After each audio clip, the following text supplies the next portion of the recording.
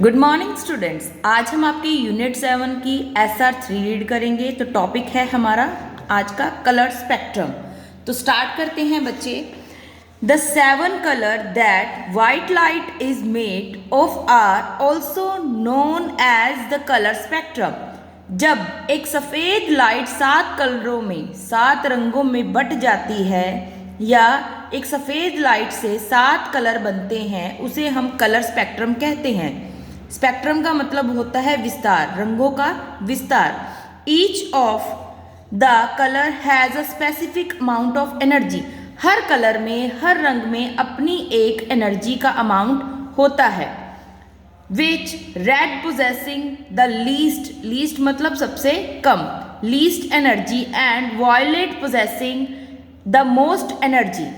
लाल रंग के अंदर सबसे कम एनर्जी पाई जाती है और वायलेट यानी कि बैंगनी कलर के अंदर सबसे ज़्यादा एनर्जी पाई जाती है। यहाँ पर सबसे ज़्यादा एनर्जी, यहाँ पर सबसे कम। Next, properties of material based on the interaction with light. अब हम अलग अलग मटेरियल की विशेषताएं पढ़ेंगे जिनका लाइट्स के साथ इंटरेक्शन होता रहता है। Different material interact with light differently. हर मटेरियल, हर कोई पदार्थ जो है वो लाइट्स के साथ अलग अलग तरह की क्रिया करता है। You have already seen how a mirror reflect the light in such a way that is form of regular reflection and how a water drop can make light separate into 7 different colour. हमने पहले ही देखा है जो mirror है वो light को वापस से मतलब उसको रिफ्लेक्ट करता है, यानी कि लाइट यहाँ से जा रही है तो उसको रिफ्लेक्ट करता है, इसीलिए हम मिरर में दिखाई देते हैं। उसी तरह क्योंकि जो मिरर है वो रेगुलर रिफ्लेक्शन करता है, वैसे ही हमारी जो पानी की एक बूंद है वो अलग अलग 7 रंगों में डिवाइड हो जाती है। पहले आता है transparent, translucent and opaque object. We can see through some object which mean that they allow light to pass through them completely. For example, glass, colorless cellophane paper and some specific type of plastic. These are called transparent object.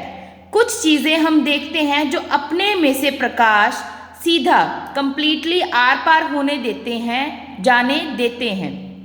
जैसे कि हमारा glass यानी कि कांच, cellophane paper, ये paper होता है, colour paper भी होते हैं, वाइट पेपर भी होते हैं, इनके आर पार हम देख सकते हैं। कुछ टाइप का जो प्लास्टिक होता है जिनके आर पार हम देख सकते हैं उनको हम बोलते हैं ट्रांसपेरेंट ऑब्जेक्ट। नेक्स्ट है we can partially see through some object which means that they allow light to pass through them पार्टिकली।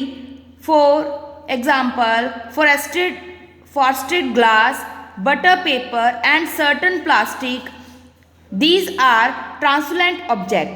पारभासी, ट्रांसलेंट को बोलते हैं पारभासी, जिनके अंदर से हम हल्का हल्का देख सकते हैं।